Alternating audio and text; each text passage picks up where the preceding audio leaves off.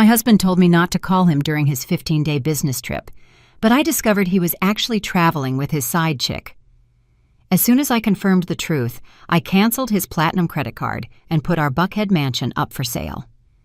The next day, I had 66 missed calls from him. He screamed, "Why did you suddenly cancel the card? How am I supposed to get back to Atlanta?"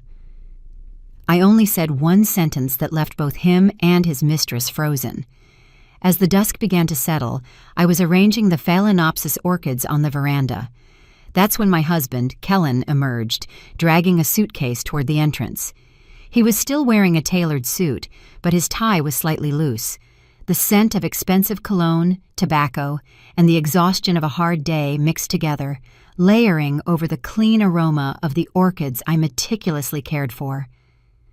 After 10 years of marriage, I had become so accustomed to his smell that sometimes I barely noticed it, much like our marriage. He glanced at me, his gaze fleeting. "I'm leaving. This business trip is critical. Some foreign partners are here, and they need a geological survey of the land for a new resort in the Hamptons. We're launching a major new project." His voice was monotone, devoid of emotion or even fatigue. It was a simple notification, like a cold weather forecast. I nodded and stepped closer, pretending to adjust his collar. "Why so sudden? 15 days is such a long time." Kellen instinctively pulled back slightly. It was an almost imperceptible movement of avoidance, but I caught it clearly. "This project is top secret, Zara. You understand?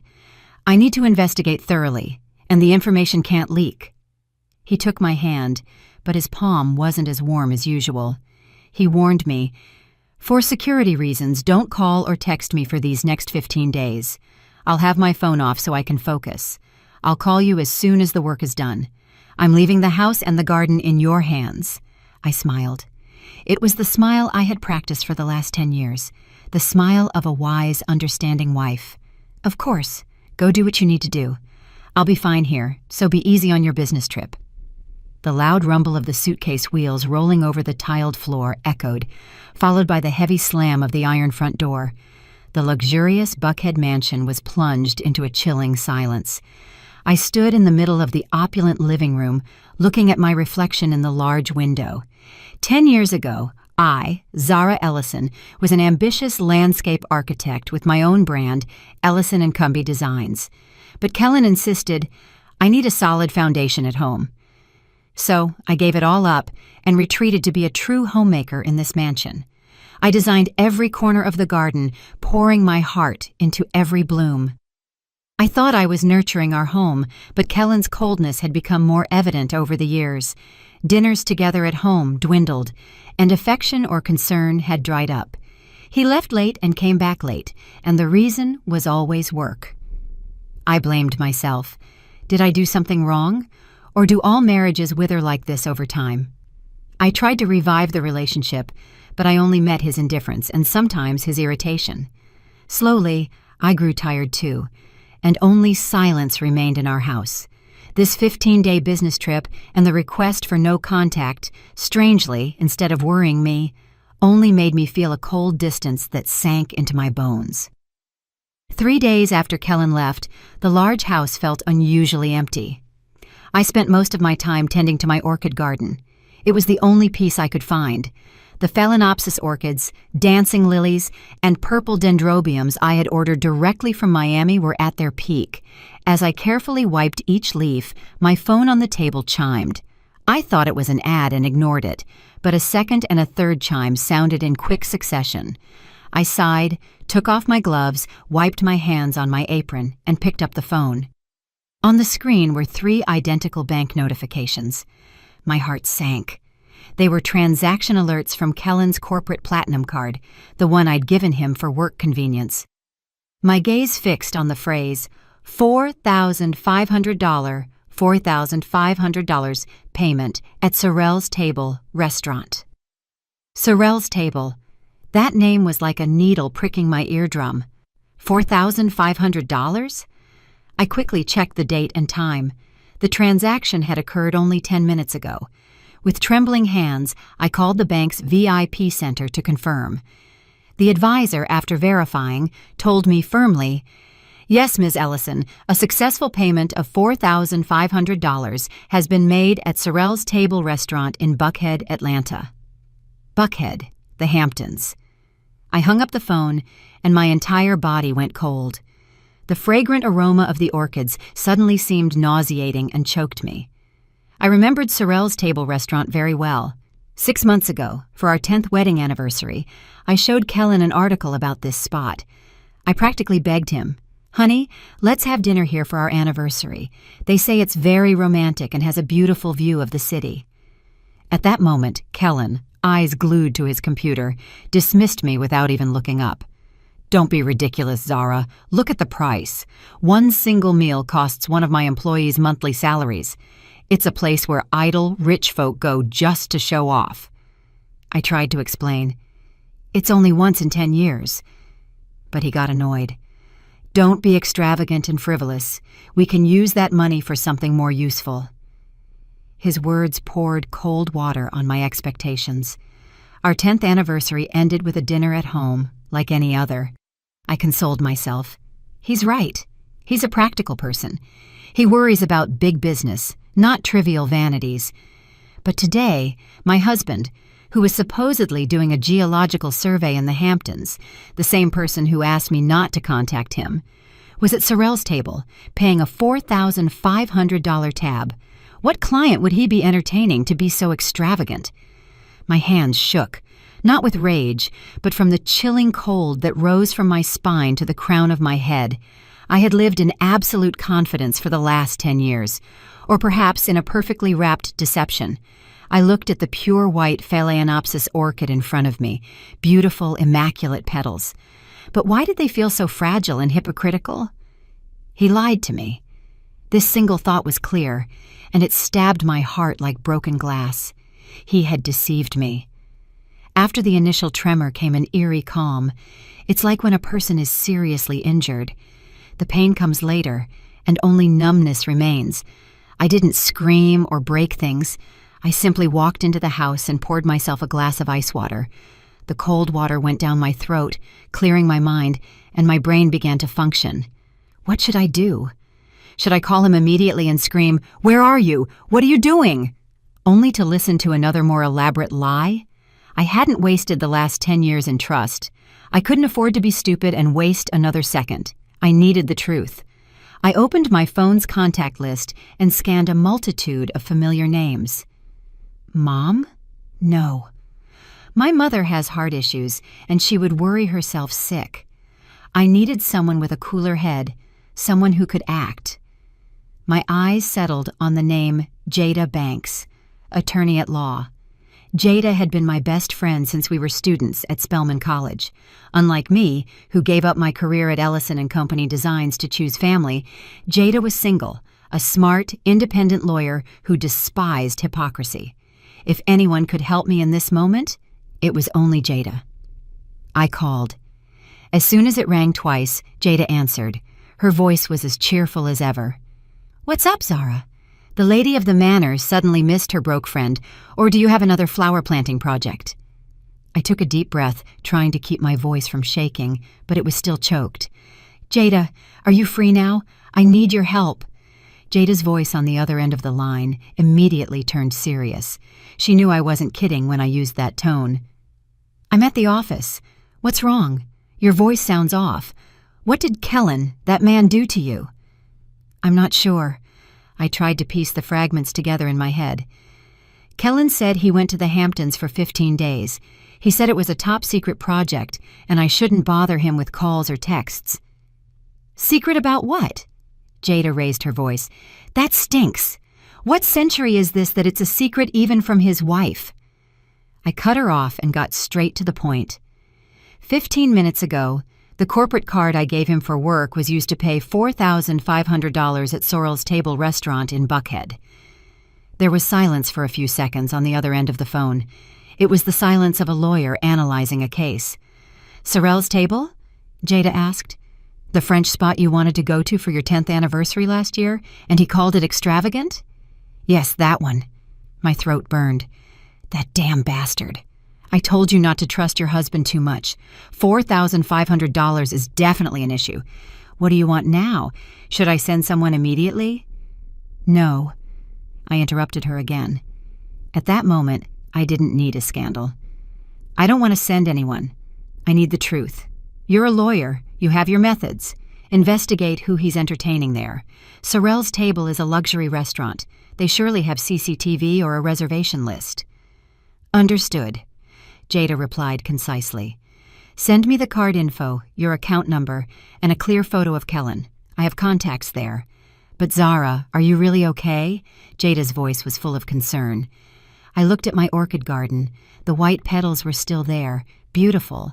But why did they feel so luxurious and fragile? I don't know, but don't worry. I won't fall apart. I hung up the phone. I knew that from that moment on, my life would never be the same. I don't know how long I sat motionless on the veranda. The sun had set, and only an orange trace remained in the sky, announcing the long night to come. Tonight, the aroma of the orchids was no longer fragrant. It felt nauseating and suffocating. I didn't eat dinner. In the large house, only the regular ticking of the grandfather clock in the living room echoed. Each tick was like a hammer blow on my empty chest. I tried to fool myself. Maybe it really is an important business partner. Maybe it's a female CEO Kellen has to entertain. Maybe $4,500 is just a deposit for a big contract. I tried to cling to that weak hope, but it shattered when my phone rang. It was close to 10 o'clock at night, and I received a WhatsApp message from Jada. It wasn't a text. Breathe deep, sit down in a chair, and then open it. My hands trembled. I told Jada I wouldn't fall apart, but my body was betraying me. I felt the blood drain from my face, and my hands and feet grew cold. I clicked on the video file Jada had just sent. It was only 30 seconds long. The video seemed to have been recorded surreptitiously by a client at another table or extracted from a security camera. The angle wasn't clear, but those 30 seconds were enough to end my 10 years of marriage. It was Kellen. He was wearing the same suit I had pressed for him that morning. He had taken off his jacket and looked relaxed. He was sitting in the luxurious, classic space of Sorrel's Table, and he wasn't alone. Across from him sat a very young woman with long, light brown hair, smooth skin, wearing a wine-colored silk slip dress. I recognized this woman. My heart clenched. It was Nia Simmons, the new intern at Kellen's company. I had met her once about 3 months ago when I went to bring him lunch at the office. At that time, Kellen introduced her casually. This is Nia. She's an intern in my department. Nia had politely bowed to greet me. Hello, Ms. Zara. You're the best. With the delicious food you make, it's no wonder Boss Kellen praises you.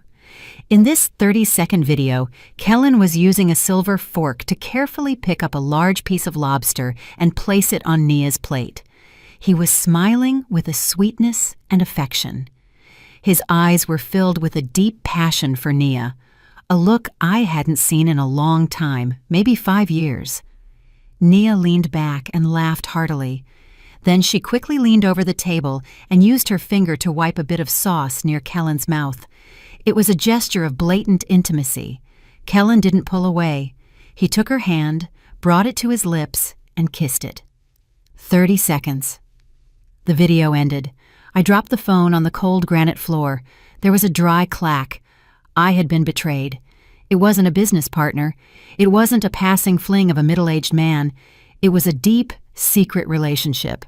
He was using my money, the card I had given him, to rent a luxury restaurant and spoil a girl half my age. I felt pain in my chest, but strangely, I couldn't cry. The tears had dried up long ago. I felt nausea rising in my throat. I had given up my brilliant career at Ellison & Company Designs. I sacrificed my youth to be the solid foundation for this liar. I cared for my own garden, but now I discovered there was a venomous snake in it. The phone was still lying on the cold floor, the screen now off, but the 30-second video played over and over in my head, like a slow-motion movie I couldn't turn off. Kellen holding Nia's hand, the loving smile, the kiss on the back of her hand. Each scene was like a blade stabbing my already hardened heart. I slid down the cold wall to the floor. This mansion, this garden. For the last 10 years, I thought it was my heaven and the result of my sacrifice.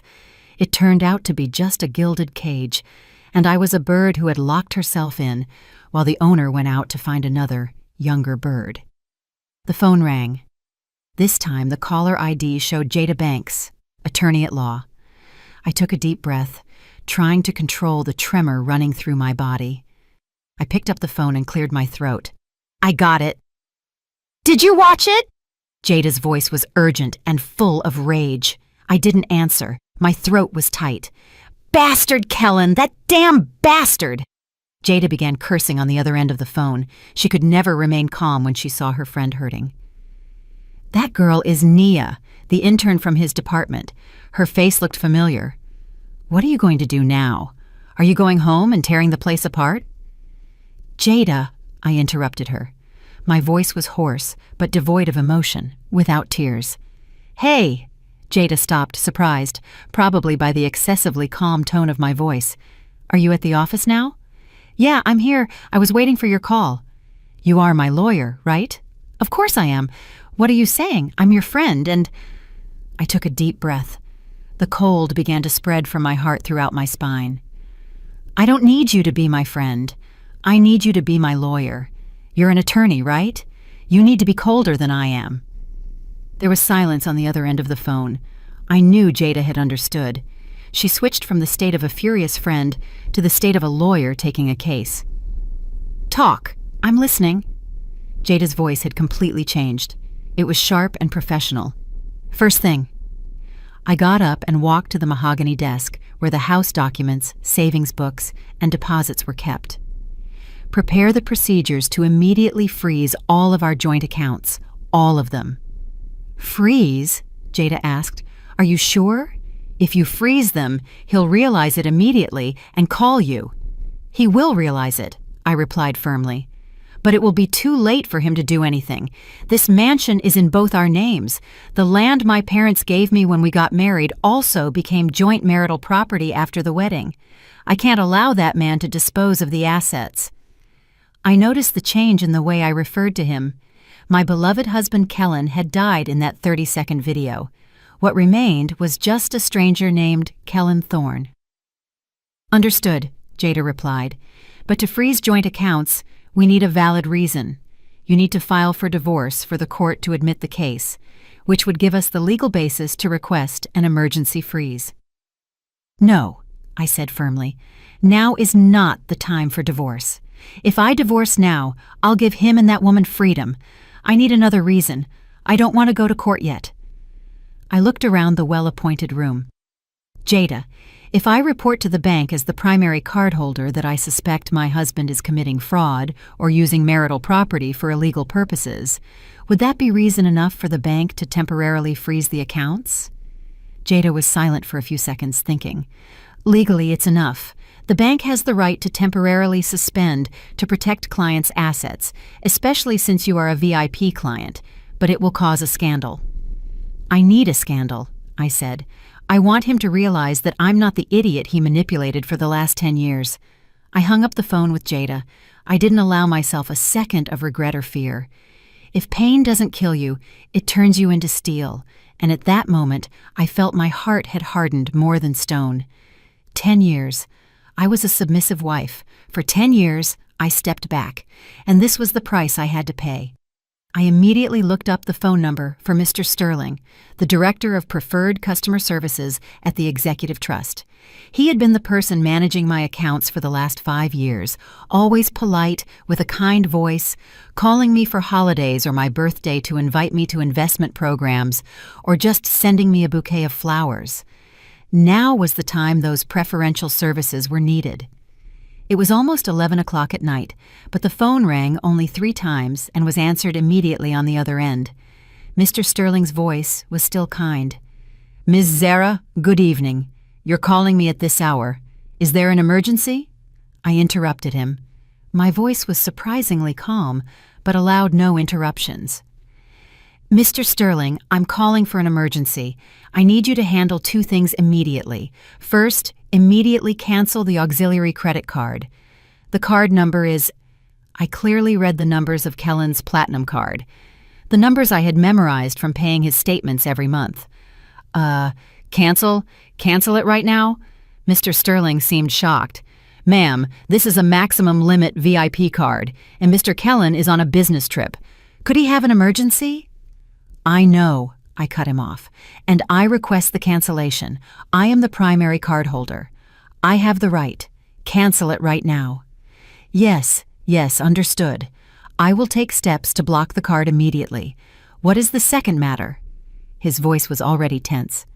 The second matter is... I took a deep breath. I am Zara Ellison, co-owner of the joint accounts. I clearly gave him the numbers of the 3 joint accounts, including the checking account, the stock account, and the $60,000 joint deposit account. I request the bank apply an emergency measure to temporarily freeze all transactions on these accounts. This time, Mr. Sterling was silent for longer. I could hear him inhaling. Ms. Zara, could you tell me the reason? This matter is very complicated in terms of procedure, as Mr. Kellen is also a co-owner. The reason is, I emphasized every word, I, the principal owner of the majority of the assets, have sufficient reason to suspect that my husband, Mr. Kellen Thorne, is using the joint assets for illegal purposes and committing fraud, and he is currently showing signs of asset disposition. Fraud, illegal, asset disposition. I uttered these words clearly and concisely. They were the legal terms Jada had told me to use to force the bank to act in an emergency. The director on the other end was genuinely panicked. Ma'am, calm down. This matter is very serious. If you say so, in accordance with client protection regulations, I will immediately notify the system to temporarily block all online and over-the-counter transactions. Please come to the nearest branch tomorrow at 8 o'clock in the morning to sign the documentation. Fine. I will be there tomorrow at 8 in the morning, I replied concisely. I don't want a single dollar withdrawn from those accounts from this moment on. Do you understand? Yes. Understood. I will process it immediately. I hung up the phone. The room was instantly silent. I looked at my hand, which was still gripping the phone tightly. It wasn't trembling.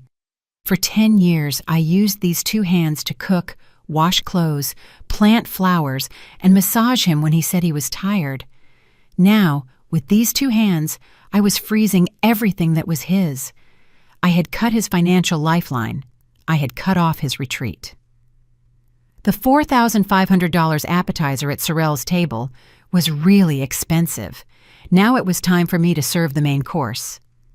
I didn't know how Kellen would react when his platinum card was rejected, and he knew he couldn't access any account. But I knew he would call me soon, and I was ready. I couldn't sleep that night. I sat in the armchair on the veranda, looking at the orchid garden enveloped in darkness. My mind was just as dark. Every time I closed my eyes, the 30-second video appeared with cruel clarity.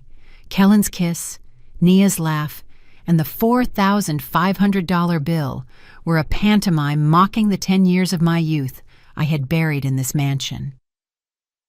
At 7:55 in the morning, I arrived at the door of Jada Banks's law office.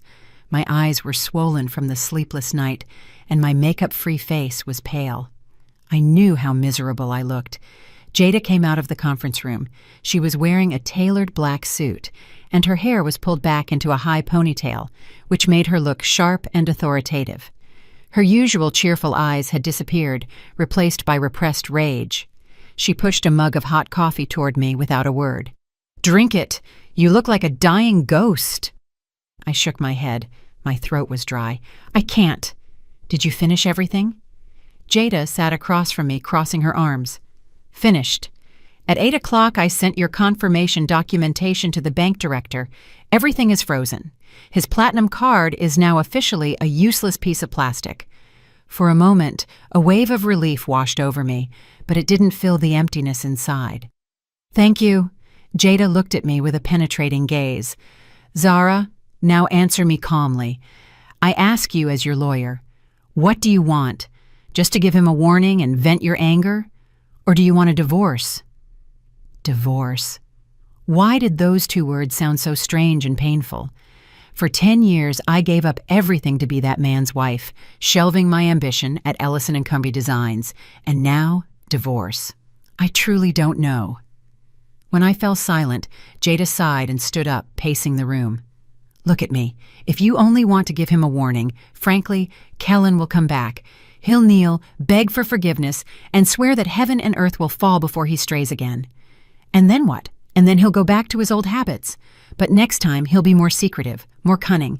You could live your whole life in doubt. I looked at Jada. The scene of the kiss at the restaurant appeared again. No, I can't take it anymore. Then it's divorce.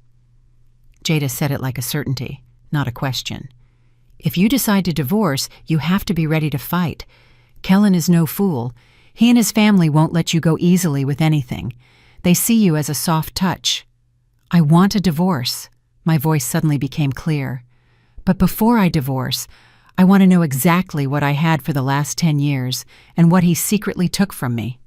Jada smiled. It was a cold, calculating smile. Good. This is the Zara Ellison I know. She pulled up a chair and took out a folder. I did a preliminary investigation. The largest asset is the Buckhead Mansion.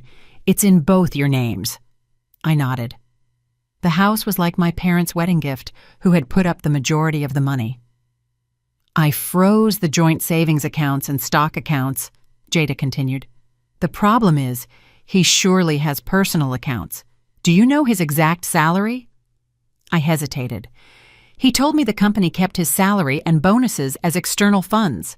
Every month he only gave me $3,000 for household expenses, home management, and garden maintenance. Jada scoffed. It was a laugh of contempt. $3,000? You believe that, Zara? He's a high-level director in charge of multi-million-dollar projects, and his salary is only $3,000? You've been manipulated by him for 10 years. I lowered my head. I realized he hadn't just betrayed me emotionally, but he had also shamelessly deceived me financially. It's okay. We'll talk about that later. Jada patted me on the shoulder. Now, what are you going to do with the biggest asset? The mansion. I looked out the window of Jada's office at the busy stream of people below. That house, that garden, was the passion of my 10 years, but now it was nothing more than a luxurious cage full of lies. Sell it. My voice was dry. Put it at market price immediately, but we have to sell it fast before he reacts and can't dispose of more assets. Jada looked at me. The surprise turned into approval. Good. Very determined. I'll call a trusted real estate agent immediately. Now go home, eat something, and get some sleep. It looks like a storm is brewing. The storm Jada mentioned didn't wait. It arrived that very night, not the next day. I was sitting dazed on the steps next to the koi pond, watching the colorful fish swim. They lived in their little world, fed every day, and probably would never know what betrayal was. My phone, placed on the stone table, began to vibrate. The two words "beloved husband" appeared on the screen. A name I cherished 10 years ago, but now it felt like an ineffable mockery. I didn't answer the call. I simply sat and watched as the phone rang, cut off, and rang again, as if it were in a fit of rage. I ignored it and counted. 1 call, 2 calls, 10 calls. My phone rang again when I was discussing the quick sale of the mansion with Curtis, the real estate agent Jada had recommended to me. Curtis, a courteous middle-aged man, felt awkward. "Ms. Zara, you're not answering your phone? It seems urgent." I forced a smile. "Yes, it's probably another real estate ad. I block these types of numbers." I put the phone on silent, and we continued talking about prices and procedures. But in my mind, I knew the rage on the other end of the phone was growing. After Curtis left, the house was plunged into silence again. I turned on my phone to check. 66 missed calls. 66! What a beautiful number. I laughed, but I felt like crying. 66 missed calls. It wasn't because he missed me. It wasn't because he was worried about me. It was because he could no longer spend money. My fingers trembled as I checked the multitude of missed call alerts. He had been calling me like crazy for 2 hours. He had probably tried to take his mistress shopping after their extravagant $4,500 meal or pay for a five-star hotel stay. But he had failed. Right then, a new notification appeared. "You have one new voicemail message." My heart skipped a beat. What had to come came. I took a deep breath, trying to keep my hands from shaking, and brought the phone to my ear. I had to listen. I had to know his reaction. After a beep, Kellen's voice screamed. It was no longer the affectionate whisper or the calm of a high-level director.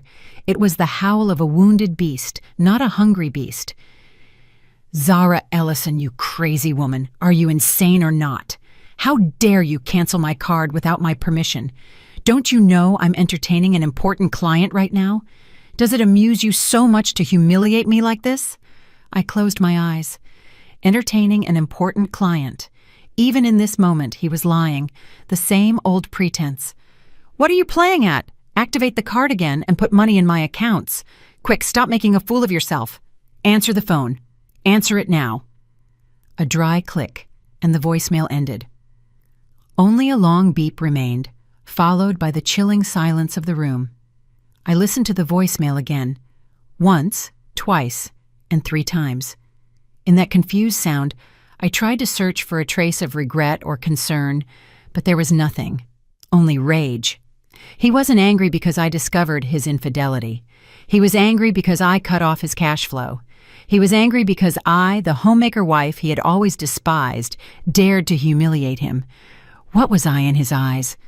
A luxury housekeeper or an ATM whose PIN he didn't know? The contempt I felt in that voice hurt me more than the 30-second video. My hands, which trembled when listening to the voicemail, were now completely still. I saved the recording without deleting it. I would need it later. Instead of pressing the redial button in a panic, I went to the WhatsApp application. I changed my profile picture. The photo of the two of us smiling happily on our 5th anniversary was deleted. In its place, I put a photo of myself alone next to a dendrobium orchid in full bloom. I was smiling in the picture.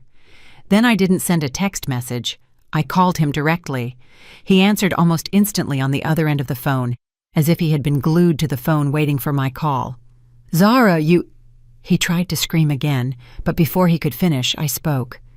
"Yes." My voice was clear, calm, and cold. My composure seemed to surprise him. "You? What are you playing at?"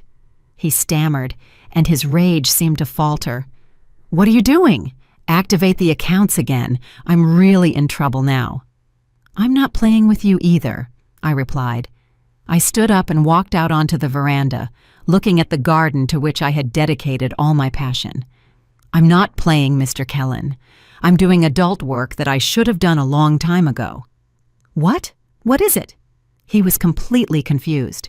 This wasn't the scenario he expected. He expected me to cry, scream with jealousy, and cause a scene, not this calm tone, as if speaking to a stranger. "I only have one question," I continued. "How is it that your ultra-secret geological survey in the Hamptons flew all the way to Buckhead, Atlanta?" There was silence on the other end of the phone. A chilling silence. I could hear his heavy breathing through the phone. He was trying to piece together the next lie. What nonsense are you saying?" His voice suddenly became lower. He wasn't yelling anymore. He was probing. The panic was evident. "Who? Who told you that nonsense?" "Ah," I prolonged my voice with sarcasm. "Perhaps your associate told me.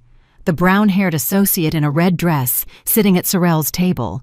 Isn't it a little extravagant to entertain with a $4,500 meal? Were you spying on me?" His voice immediately became threatening. The rage of being caught replaced the confusion.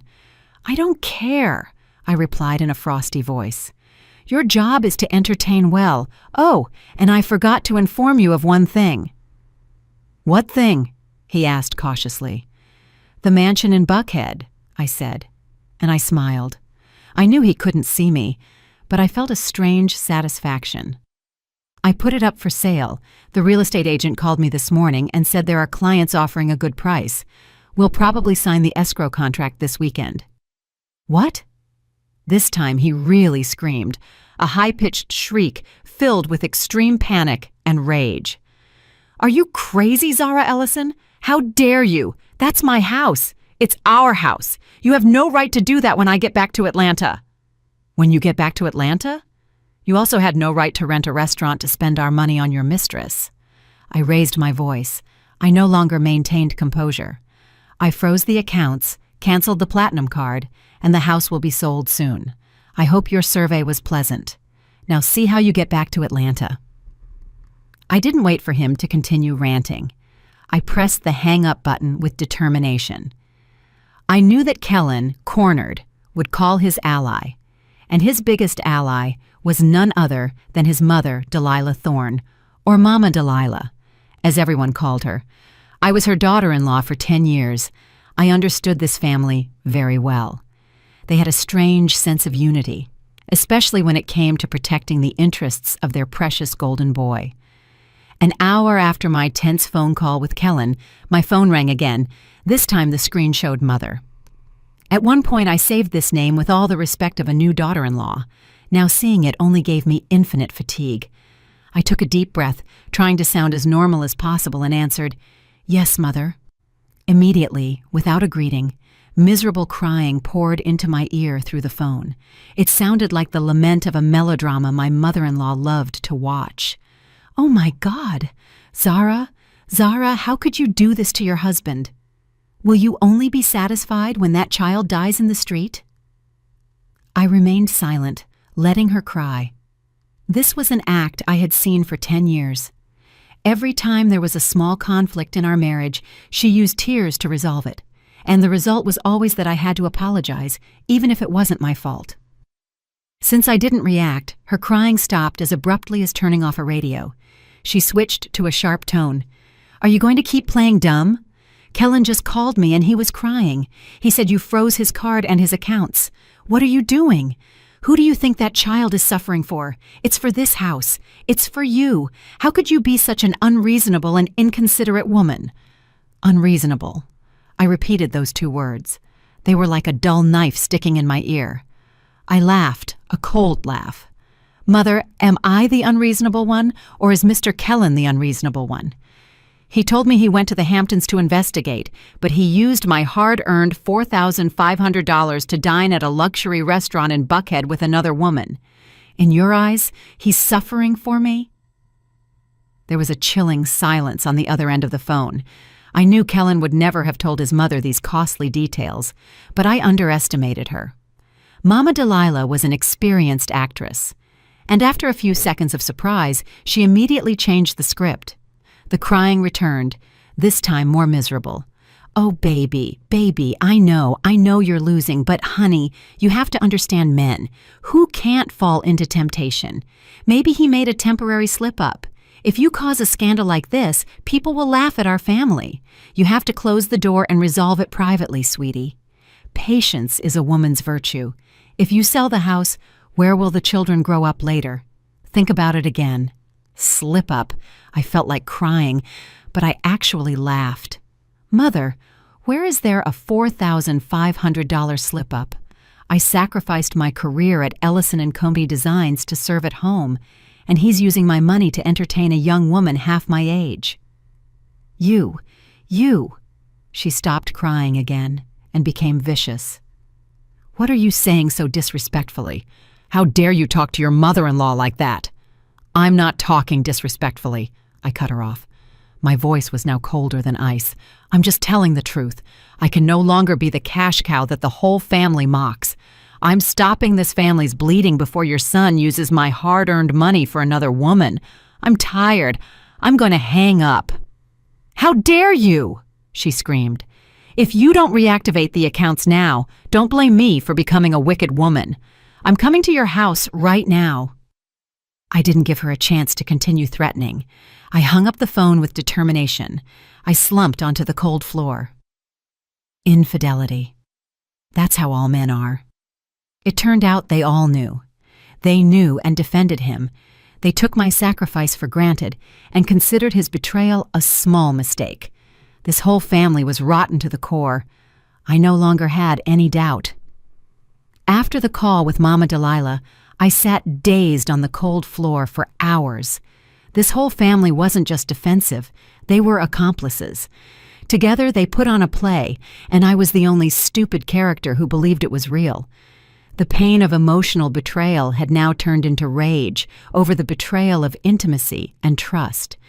For 10 years as a daughter-in-law, I considered Mama Delilah as my own mother, but what I got was a knife in the back. I didn't cry anymore. Maybe my tears dried up last night, or maybe the rage froze them. I only felt an infinite disgust. The next morning, I woke up with swollen eyes. I tried to swallow some grits, but my throat was dry. Mama Delilah's call last night was like a poison. It killed my last affection, my last illusion about the family I tried to cling to. As I sat soullessly in my orchid garden, my phone chimed. It was a WhatsApp message from an unknown number. I didn't want to open it, but I felt a premonition. I clicked. The WhatsApp account name was Baby Nia. The profile picture was a selfie of a young woman pouting, and the first message, without a greeting, was just a photo taken on a 5-star yacht. Behind her was the blue sea and the clear sky. Nia, Kellen's mistress, was wearing a red bikini, flaunting her youth and vitality. She was smiling with the smile of a winner, but what left me paralyzed was the clear image of Kellen reflected in her designer sunglasses. He was shirtless, holding a glass of wine, taking the photo. That man, my husband, the same one who yelled at me yesterday that he was humiliated because he had no money. The same one his mother cried about, saying he was suffering far away. It turned out they still had cash. They planned this trip meticulously. They were enjoying and celebrating their triumph with my hard-earned money. Cling. Another message arrived, still from her. Ms. Zara, Boss Kellen said you are a wise woman. He said now that you're older, you should know when to let go if you want to keep your last bit of dignity. I looked at the sentence. Older. Dignity. She was trying to provoke me. She wanted me to go crazy, to cause a scene, so she could have a pretext to play the role of the innocent victim harassed by the old wife. I looked at the photo for 10 seconds. There was no rage or jealousy, just a disgust like seeing a triumphant fly sitting on a plate of cold food. I didn't reply. I didn't curse. I did 2 things in silence. First, I saved the photo and her message. I sent them to a separate email folder titled Evidence. Second, I deleted the conversation and blocked her phone number. This childish provocation didn't deserve my attention. My fight wasn't a response on social media. My fight was a legal battle, a battle for the assets. I didn't need the dignity she offered me. I needed to recover everything that was mine. My fight was the asset, and the biggest asset was this mansion. The place where I was standing was the product of my 10 years of passion and my parents' wedding gift that cost almost their entire fortune. I couldn't let it fall into their hands. I called Curtis, the real estate agent Jada had recommended to me. Again, my voice was calm and clear. Mr. Curtis, I thought about it. I decided to sell urgently. Can you speed up the process to sell it quickly? Even if we have to lower the market price slightly. Curtis seemed surprised by my determination, but he quickly grasped the situation. Ms. Zara, don't worry. Your house is a rare gem. It's well located, and you, the landscape architect, designed the garden personally. The clients who saw the photos and 3D videos I took are all captivated. I smiled sadly. Captivated. I was the person who loved this house the most. Mr. Curtis, this orchid garden is the soul of the house. Tell the clients if they really want to buy the house, please keep it. It has to stay. Rest easy, Curtis replied. I will find you a worthy new owner. I thought a quick sale would take weeks, even months, but I was wrong. The power of money and the appeal of this house were much greater than I thought.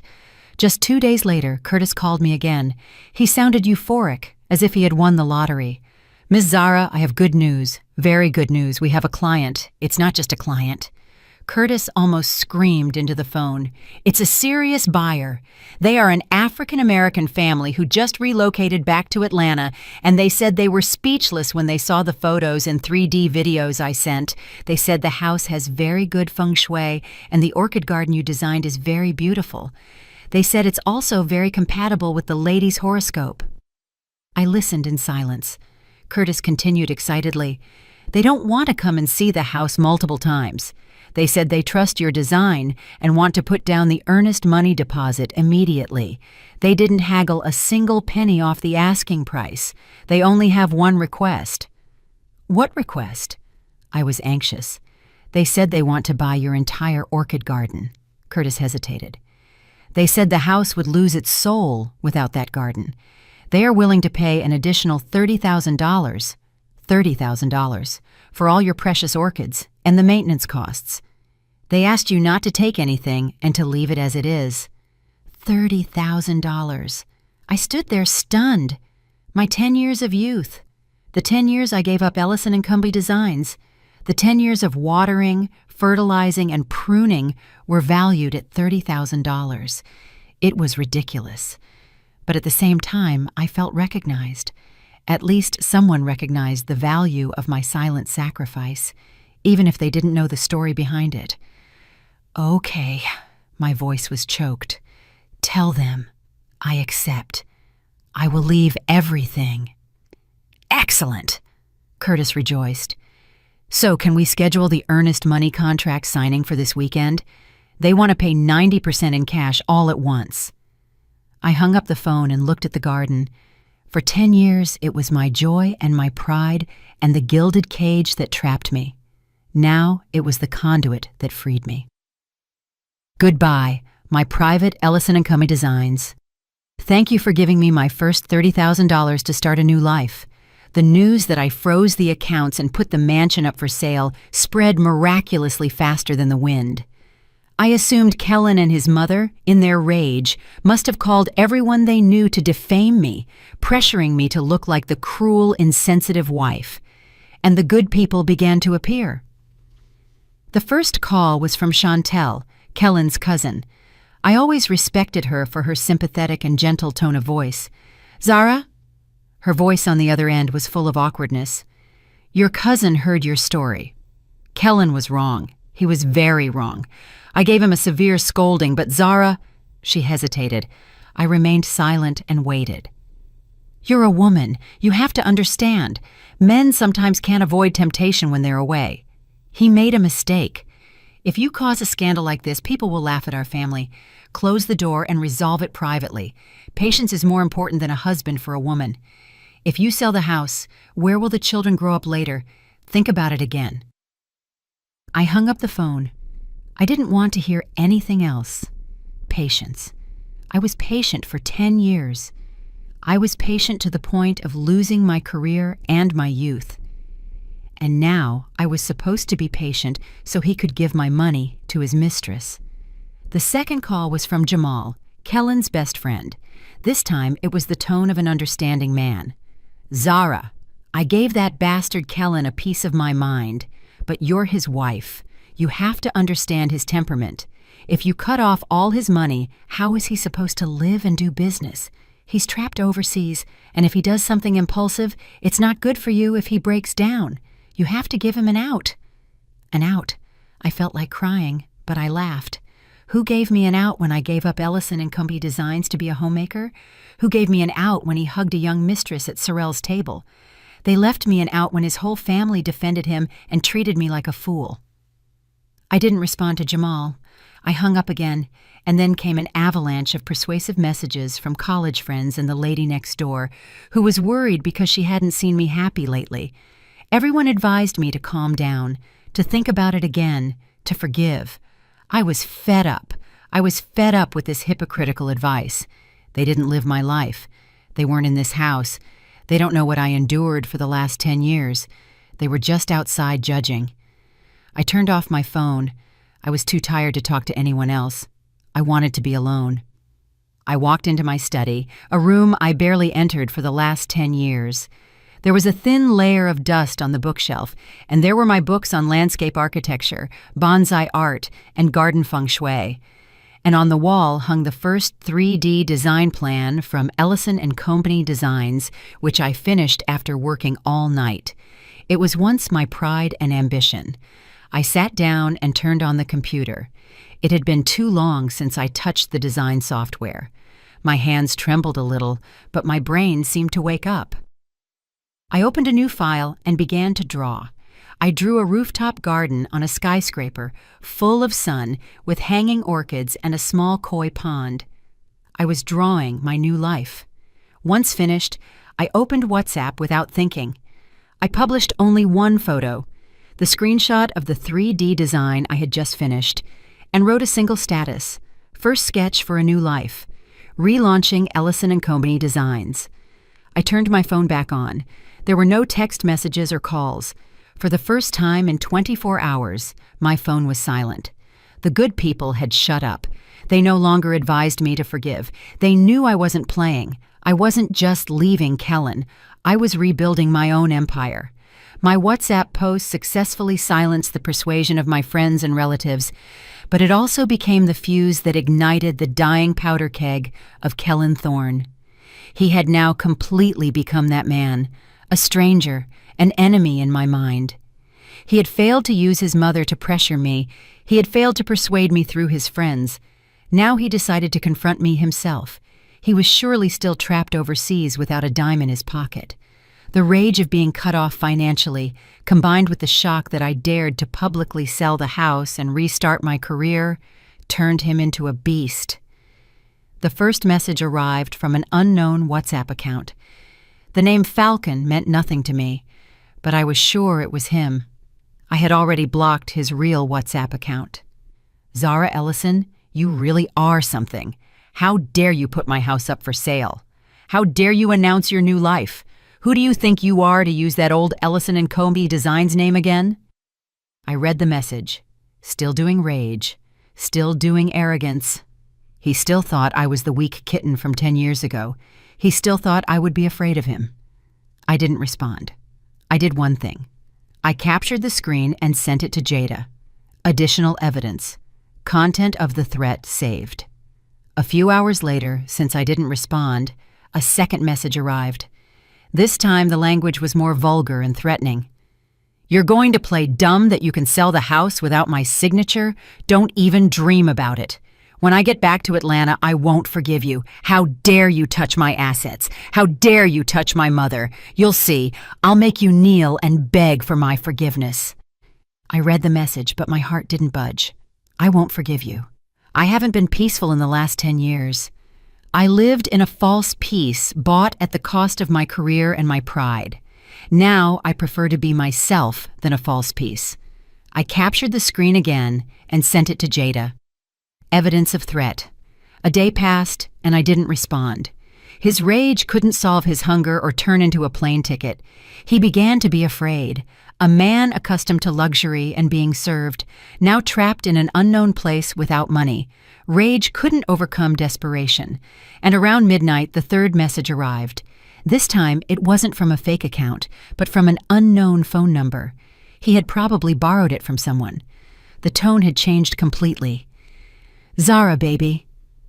Those two words made me nauseous. The man who was threatening and growling moments ago now tried to put on a pathetic face. Zara, I was wrong. That girl misled me. I fell into her trap, believe me. As I read, I only laughed. Even in this moment, he was still blaming someone else. He still thought I was a fool who would easily fall for a few sweet words. The next message arrived immediately, as if he was afraid I wouldn't read it. Zara, I really have no money. I'm trapped here. I'm so hungry, honey. Don't you have even a little affection left for me? And then came the final blow I was sure of. It's 10 years. 10 years of marriage. How can you do this? 10 years. He dared to mention 10 years. The 10 years I buried my youth in the kitchen. The 10 years I gave up my ambition. The 10 years I worked like a slave for his family. He was trying to trade those 10 years for a plane ticket and forgiveness for his $4,500 meal with his mistress at a restaurant. Zara, Unlock the accounts so I can come back. Just give me money for a plane ticket. Let's come back and talk. I'll fix everything. I'll kick that girl out. I'll kneel and beg for your forgiveness. Zara. I looked at the phone screen. My heart was coldly hardened. Affection. The word sounded very cheap coming from his mouth. I captured the screen again and sent it to Jada. This time I titled it, Additional Evidence, Falsehood and Pleading. I turned off my phone and threw it on the velvet sofa. The room was so silent I could hear the beats of my own heart, a heavy, tired beat. Kellen's false plea didn't move me. It filled me with disgust. 10 years. He dared to mention the affection of 10 years? Yes, 10 years.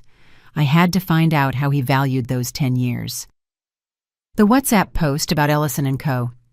Designs was a momentary impulse of rage, but now it reminded me who I was. I wasn't just a crying homemaker. I was an architect once, someone who worked with numbers and logic. Now it was time to use that logic to appraise this marriage. I walked into Kellen's study, a room I barely set foot in for 10 years. He always said it was his private space that I shouldn't touch. The smell of tobacco and old paper stung my nose. I turned on the light. Everything was artificially tidy. I opened the drawer of the mahogany desk where he kept important documents. Of course it was locked, but I was his wife for 10 years. I knew where he kept the spare key. Underneath the money plant in the corner of the room, the arrogance of a man who thought he was smart and thought his homemaker wife would never find it. I opened the drawer. The documents were neatly arranged in folders, contracts, insurance, and bank statements from numerous accounts whose existence I didn't even know. He told me that $3,000 a month was all the family expenses and that it was a sacrifice for me. It turned out it was just the tip of the iceberg. I sat on the floor and spread everything out, my eyes fixed on the numbers. My already cold heart now felt like someone was squeezing it. External expenses with 9 digits, cash withdrawals and representation expenses that occurred weekly, and here was his official salary account. The actual number was 5 times the number he told me. 5 times. I laughed, but I felt like crying.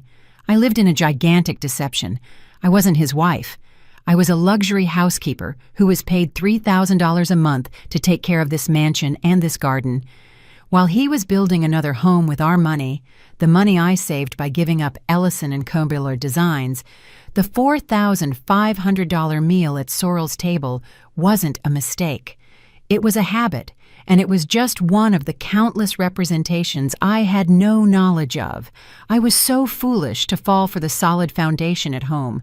I trusted the promise of, "You stay home, and I'll take care of everything in the world." It turned out he really was taking care of everything in his world, a world without me.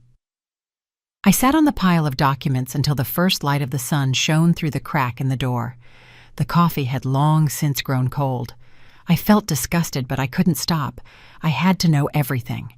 And my eyes stopped on a transfer record. A recurring transfer record. It wasn't as big as the other external expenses, only $2,500, but it was as regular as a clock. My eyes, already dry from the sleepless night, felt stung by the letters. Internal transfer beneficiary, Ms. Odessa Jones. Amount $2,500. Exactly the same amount he gave me every month to take care of this mansion, the bills, the maid's expenses, and the garden maintenance. He was transferring the exact same amount to another woman named Ms. Odessa Jones. The instinct of a newly betrayed woman whispered to me that this wasn't a simple issue. With trembling hands, I moved the mouse and checked the transaction history. June 15th, May 15th, April 15th. I scrolled back, and my heart began to pound wildly. This wasn't a recent expense. It had been continuous. I kept scrolling. My mind grew colder and colder. 2 years. Oh my God, for 2 years without fail, exactly $2,500 transferred on the 15th of every month. I quickly pulled out the calculator and typed $2,500 multiplied by 24 months. $72,000. $72,000. Who was I? Who was Ms. Odessa Jones? I rummaged through my memories. Ms. Odessa Jones, a completely unknown name, not my relative, much less Kellen's. I was sure no one transfers $2,500 to a friend every month for 2 years. A chill ran down my spine.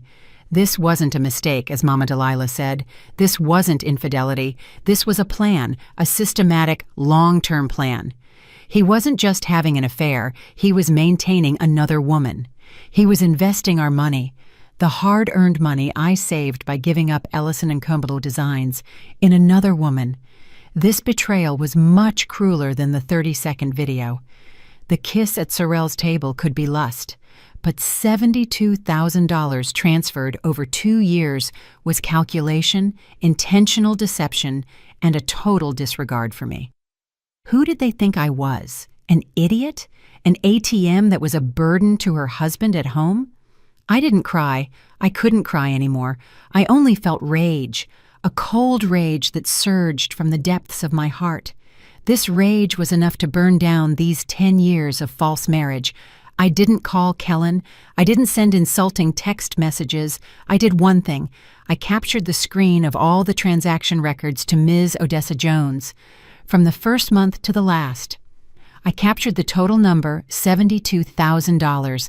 I sent everything to Jada with a single line of message. Jada, investigate what kind of monster Ms. Odessa Jones is and what that man maintained with my $72,000 for the last 2 years. I sent the message. It was 6 o'clock in the morning. I knew Jada was an early riser who exercised, even if she worked all night. I didn't expect an immediate answer. I had to shower. My body smelled of hatred and cold sweat from the sleepless night. I stood under the shower. The hot water poured over my body, but I didn't feel warm, just cold, cold to the bone. $72,000, the number kept swirling in my head. He took it from me. He took $72,000 from us. For 10 years living at home, I was frugal. I refused to buy designer bags. I refused luxury trips because he said we had to save for the future. It turned out the future he mentioned was his future with another woman. As soon as I came out of the bathroom with a towel around my hair, my phone rang loudly. It was a call from Jada. Her voice on the other end wasn't that of a lawyer, but of a friend so furious she was losing control. "Are you sitting or standing right now?" Jada's voice was trembling. "Standing. Tell me, do you have the results?" I replied calmly, holding back my wildly beating heart. "Sit down." Jada almost yelled through the phone. "Sit down right now, Ms. Odessa Jones." Jada took a deep breath as if trying to restrain a profanity. 60 years old, from the outskirts of Atlanta, no stable employment. 60 years old. I felt more confused. Kellen would never do that. "Who is she?" My voice cracked. Jada was silent for a few seconds, and then said every word clearly, as if she feared I wouldn't hear her. "Zara, she is Nia's mother. Nia Simmons' mother." Nia's mother. My phone fell, landing silently on the wool rug, but something exploded in my ears. The mother of Nia, the mother of the 20-year-old intern, the mother of the woman in the 30-second video. $72,000, $2,500 a month to the mistress's mother. I could no longer feel what my emotions were. It wasn't pain, it was disgust, a nauseating disgust. He wasn't just having an affair. He wasn't just making a mistake. He was being a son to his mistress's mother with my money. With my money. I picked up the phone. Jada was still yelling on the other end. "Do you understand what I'm saying? That bastard, that son of a, was maintaining not only his mistress, but the whole family. Do you understand? $2,500 a month. That old woman was living like a queen in the county. He was using your hard-earned money, the money you sacrificed from Ellison & Company Designs, to support another family. Zara, are you listening to me?" "I'm listening." My voice was strangely calm. "I'm listening, and I understand everything." "What do you understand?" Jada stopped, surprised by my composure. I understand. I stood up and walked to the closet. He hasn't been my husband for a long time. He's been a thief and a con artist. When the truth finally comes out, no matter how cruel, people no longer feel pain. Only rage and a single goal remain. Jada, I cut her off, prepare the divorce papers. But I don't just want a divorce. I don't just want half the assets. I want it all. I'll make him pay for these 10 years of youth, principal plus interest. I arrived at Jada's office at 9 o'clock in the morning. I wasn't the soulless, swollen-eyed woman of a few days ago. I wore the white suit I wore to defend the first Ellison & Cummey Designs project. My hair was tied back, and my makeup was carefully applied. I was here not as a betrayed wife, but as a business partner coming to discuss an important deal. Jada looked at me, and her gaze shifted from surprise to respect. You really are incredible. I was worried you would lock yourself in the house to cry or do something foolish. I smiled coldly. Cry, Jada? Tears can't recover $72,000. Good. Jada hit the desk with a pen. Then let's get to work. With this $72,000 evidence, we can not only file for divorce, but also for disposition of marital assets and fraud during the marriage. If we go to trial, you will definitely get the majority of the assets. He won't be able to hold his head up. You just have to sign here. Jada slid a folder towards me. Just as I was about to take the pen, Jada suddenly said, "Wait, why?" I looked at her. "No, it's nothing." Jada didn't look at me. She frowned, her eyes fixed on her computer screen. I asked my secretary to re-verify the mansion's information in the property register for your urgent sale procedure. Zara. Jada's voice suddenly became serious. Come see this.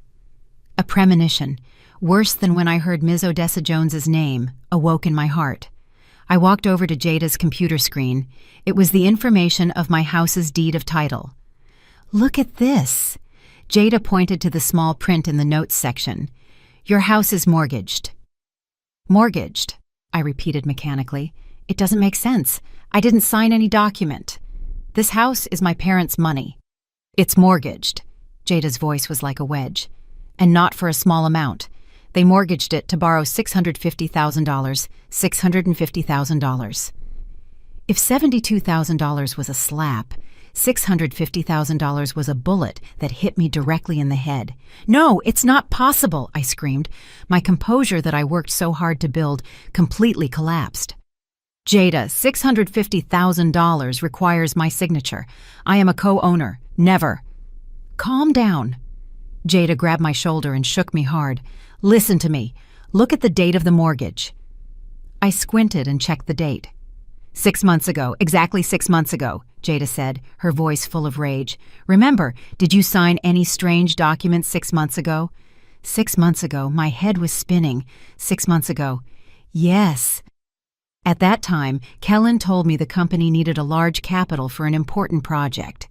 He said it was a golden opportunity. He brought a thick folder of documents and told me to sign quickly, saying they were internal documents and his boss was waiting. Oh my God, I collapsed. I signed. He said it was an internal guarantee document. He pointed to where to sign. I didn't read. Jada. Oh, Jada. Jada hit the desk with her fist. The boom sound startled me. Did that bastard trick you? Or did he forge your signature? Or did he trick you into signing a power of attorney or a mortgage consent? He took $650,000 from my parents' house. I didn't listen to anything else. $72,000 he used to maintain his mistress. And this $650,000? Where did the $650,000 go? Ultra-secret survey trip to the Hamptons. Project. Suddenly, I understood everything. He didn't go to investigate. He went to liberate that $650,000. He was planning to escape. He was going to leave with $650,000 and his young mistress, leaving me with a foreclosed house and a gigantic debt. The $4,500 meal at Sorel's table was just the celebration of his successful deal. Zara. Jada's voice brought me back to reality. Her face was pale, but her eyes were burning. Listen to me carefully. This is no longer just a divorce. This is no longer a civil case. She grabbed my hand tightly, emphasizing every word. This is a crime. Your husband is a criminal. Fraud and embezzlement. I looked at Jada. The tears had dried up. The pain was gone and only a cold void remained. Yes, I said in an eerily calm voice. What should I do with a criminal, Jada? What is the procedure for a criminal complaint? Jada's voice echoed in the quiet office. Criminal, fraud, penal. Every word was like a hammer blow to my chest. $650,000. The number was so large, it felt abstract. It was no longer money, it was an abyss. I must have staggered. Jada quickly held me and sat me down in a chair. Zara, are you listening to me? You have to calm down. Now is not the time to faint. Calm down. How could I calm down? 6 months ago. I remembered it vividly.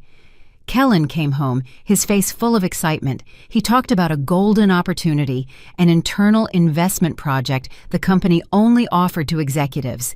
He said it was the chance to change our lives, and that I would never have to worry about anything again.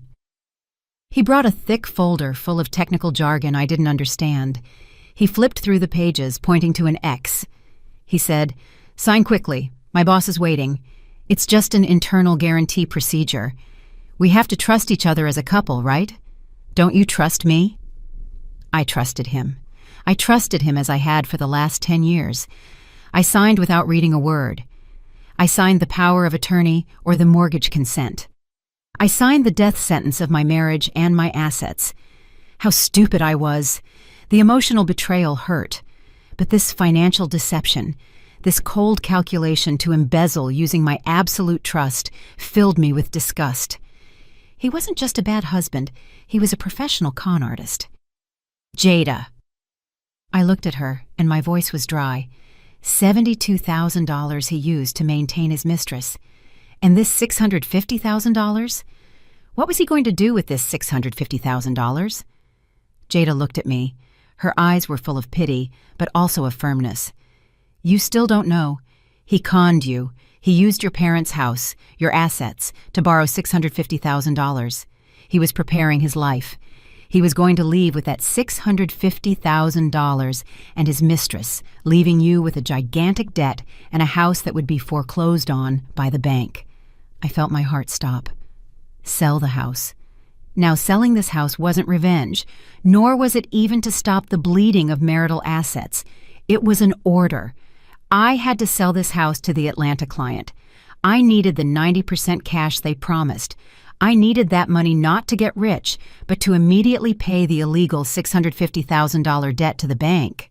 If I didn't pay, the bank would foreclose, and I, as the co-owner, the person who signed under deception, would be the first to be responsible. I would lose everything. I would lose the house, my parents' money, and I would be in debt for life. Kellen Thorne. He didn't just want to leave me. He wanted to destroy me. He wanted to bury me alive in that debt and shame. Zara, Jada grabbed my hand tightly. Listen to me. This fight has changed. It's no longer just a simple civil divorce case. It's a criminal case.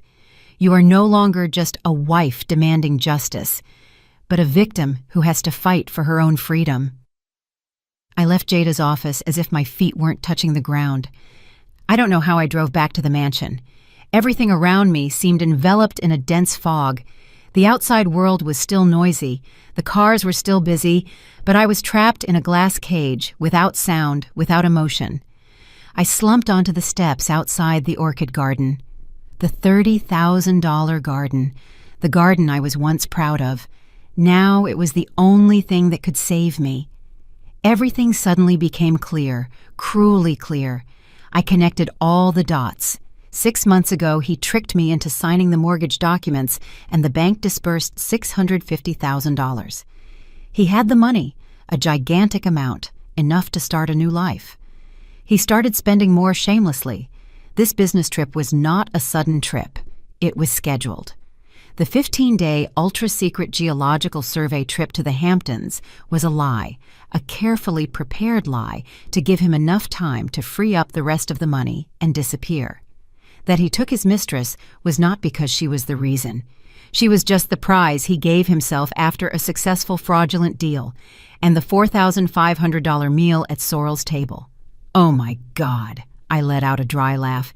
It wasn't a client entertainment meal, nor an error meal. It was a celebration.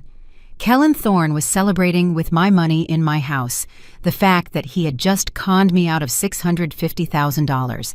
He celebrated his imminent escape. He celebrated that I was the fool who didn't know I would soon be submerged in a gigantic debt.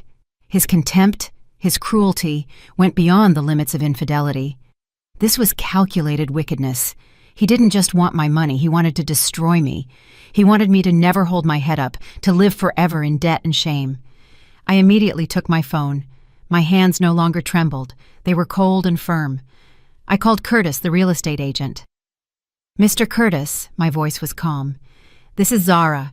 Cancel all other house showings. I have decided. I am selling it to the Atlanta client. Tell them I accept all their conditions. I want to sign the earnest money contract this weekend. I need the cash. The sooner the better." Curtis seemed surprised by my determination, but he quickly grasped the situation. "Fantastic, ma'am. I'll call those folks immediately. They'll be thrilled to hear this." I hung up the phone. I had no other choice. I had to sell. Selling this house was not for the division of divorce marital assets. It was to save my own life. He wanted to bury me alive, but he didn't know.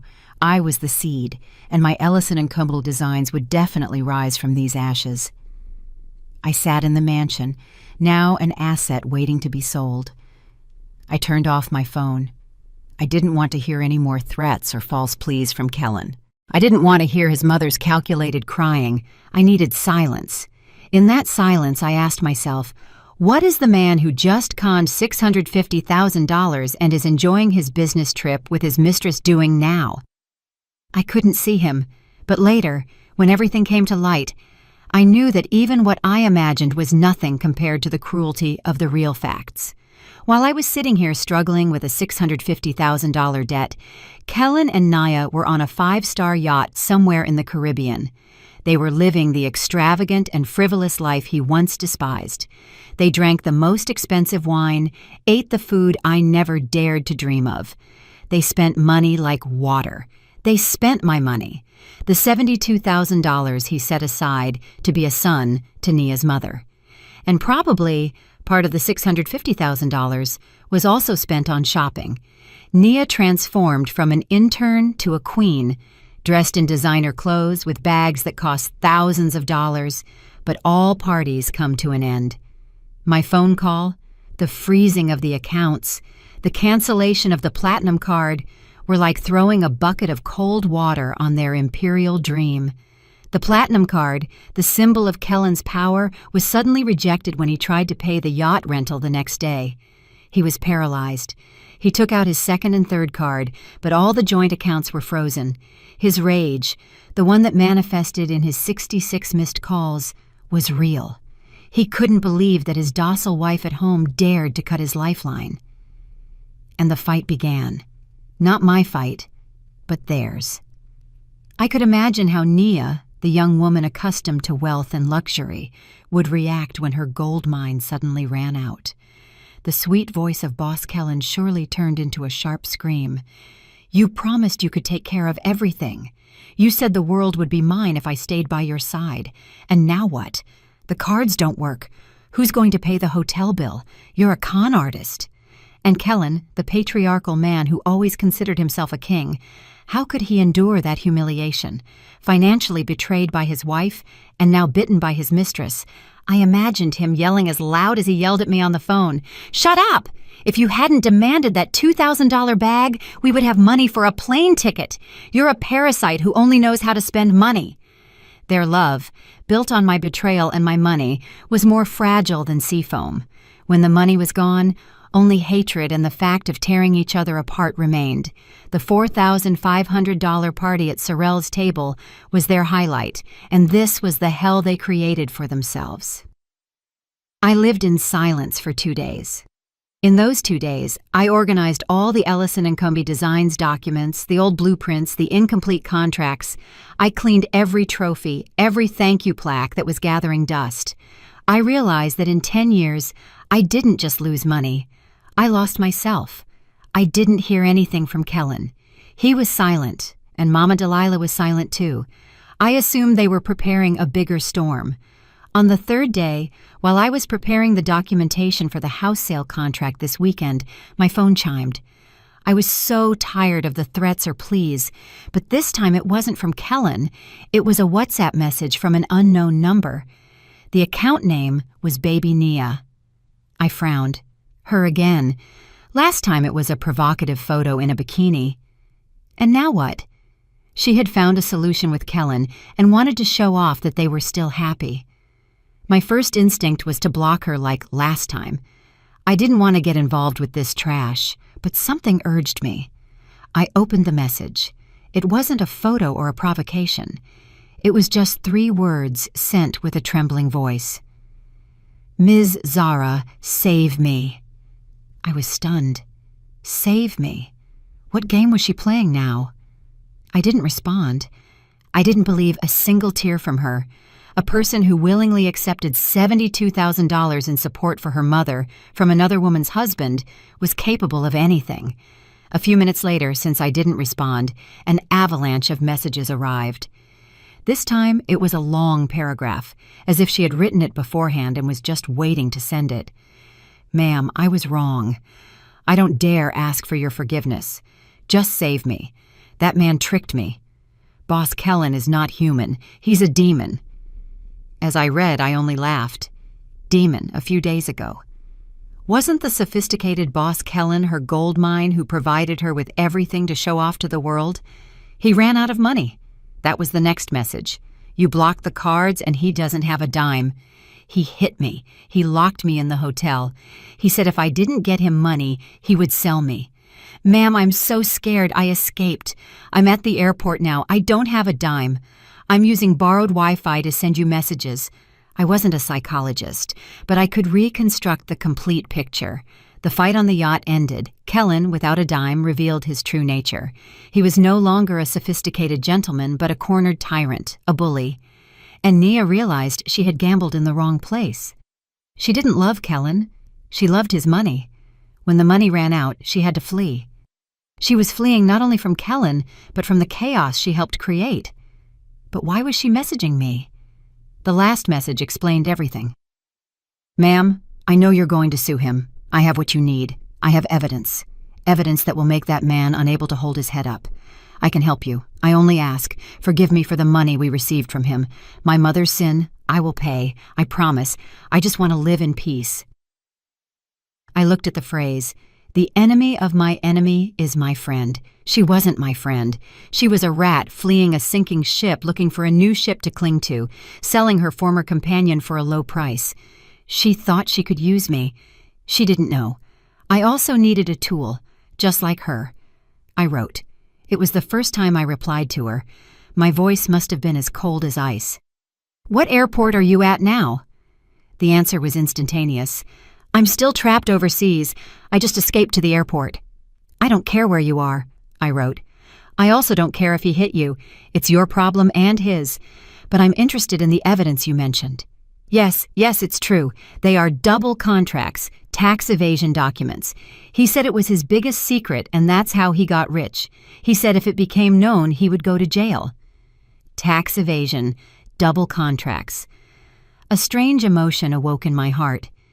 It turned out that the empire he built, the facade of the sophisticated and rich director, was built on the foundations of a crime. Monday at 3 p.m, my lawyer's office. Address 32 Peachtree Street. Get back to Atlanta however you can. Bring the evidence. We will talk. I will go alone.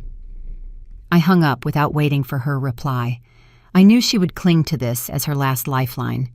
She would still think I was stupid, that I still loved him and wanted to talk privately. She would come with the last hope of being able to reverse the situation with crocodile tears. She didn't know she was walking straight into her own final judgment. 9 o'clock in the morning. Jada's office today was different. The air was tense and taut like a guitar string. I chose a black suit instead of white. I wanted to wear the color of the end. I was sitting there with Jada beside me. In front of us, instead of an empty chair, was the attorney for the investment fund, Mr. Atticus Hayes. He had a solemn face and piercing eyes. Kellen arrived 5 minutes late. He opened the door, not guided by Jada's secretary, but walking in himself, as if it were still the office of someone he knew. But upon seeing me, seeing Jada, and especially seeing Mr. Hayes, he stopped. His appearance was miserable. His beard was neglected, his hair greasy, his designer suit was wrinkled, and he smelled of fear and sweat. He was emaciated, and his eyes were bloodshot and sunken. "Zara, baby." He tried to put on a pitiful voice. He tried to approach me. "Sit down," Jada growled, pointing to the only empty chair in the middle of the room that looked like a seat for the accused. Kellen stopped. He looked at me, looked at Mr. Hayes. He began to realize something was wrong. He pulled the chair over awkwardly and sat down. "Mr. Kellen Thorne, good morning." Jada began to speak. Her voice was devoid of emotion.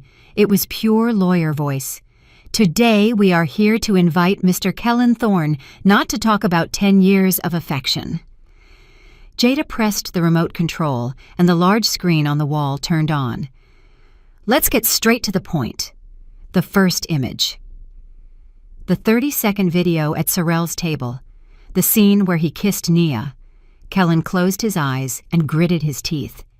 This is mine. Next. Jada pressed the remote control. The bikini photo on the yacht with Nia's provocative message. Silence. Jada cut him off. Just look at the screen. She moved to the next slide. The bank statement. The words, Ms. Odessa Jones, $2,500 were circled in red. A table calculating the total of $72,000. Kellen began to pale. Next, the screen changed to the mortgage contract for the mansion, the number $650,000 enlarged, and next to it, the result of the signature evaluation. The signature of Ms. Zara Ellison is concluded to have been inserted into the document in a non-complete mental state or falsified. "It's not nonsense!" Kellen began to scream. "You signed it yourself! He still tried to lie. I opened my mouth. It was the first time since he entered. My voice was calm, but my eyes were fixed on him. "You said it was an internal guarantee document, didn't you?" Kellen was speechless. He looked at me as if he had seen a ghost. And finally, Jada pressed the last slide. The folder of double contracts that Nia brought. The difference in amounts, the signatures, the stamps. This time Kellen didn't scream. He just sat there panting. Sweat was pouring down. He knew there was no way to deny it.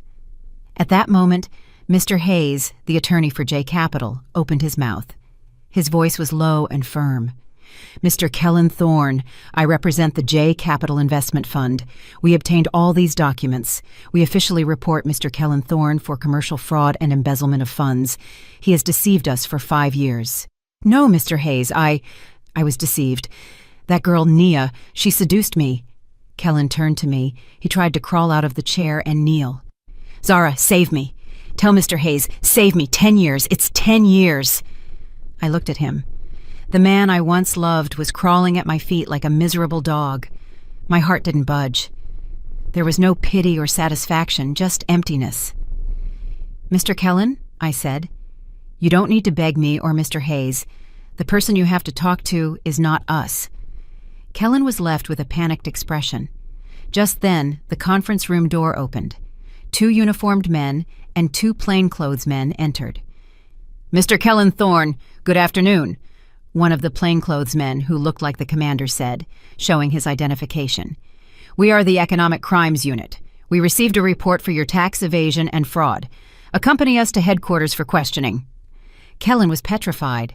He looked at the 2 police officers and then looked at me. The gaze was no longer one of pleading. It was one of hatred. Extreme hatred. But it was too late. 2 cold silver handcuffs closed around his hands. He was led away, passing by me. My 10 years of marriage, my 10 years of youth, my Ellison & Co. designs that I had given up, officially concluded with the dry clack of the handcuffs. 6 months later, I heard about his news through Jada. The trial was held behind closed doors, but the result was known to everyone. Kellen Thorne was sentenced to a total of 18 years for the charges of fraud for embezzling $650,000 from me, fraud against J Capital, and tax evasion for an especially large amount. 18 years for a life of greed and falsehood. His mother, Mama Delilah, could not overcome the shock of her golden son's conviction. She suffered a stroke and was paralyzed on one side. I heard from old neighbors that she was now bedridden, crying and cursing. But no one cared anymore. That was probably the karma she deserved for defending her son's crimes. Nia, due to her honest confession, the delivery of evidence, and her proactive effort to repair the damage by returning the entire $72,000 that Kellen gave her mother for support, received a suspended sentence for complicity and consumption of goods obtained through crime. It is said she disappeared from the city and returned to her hometown to live another life. I no longer felt hatred, nor did I feel satisfaction. I simply felt that everything had returned to its course. You reap what you sow. I was standing in my new office. It wasn't a rental apartment. It was the official office of Ellison & Company Designs. It wasn't large, a small loft in an old building, but it was full of sun.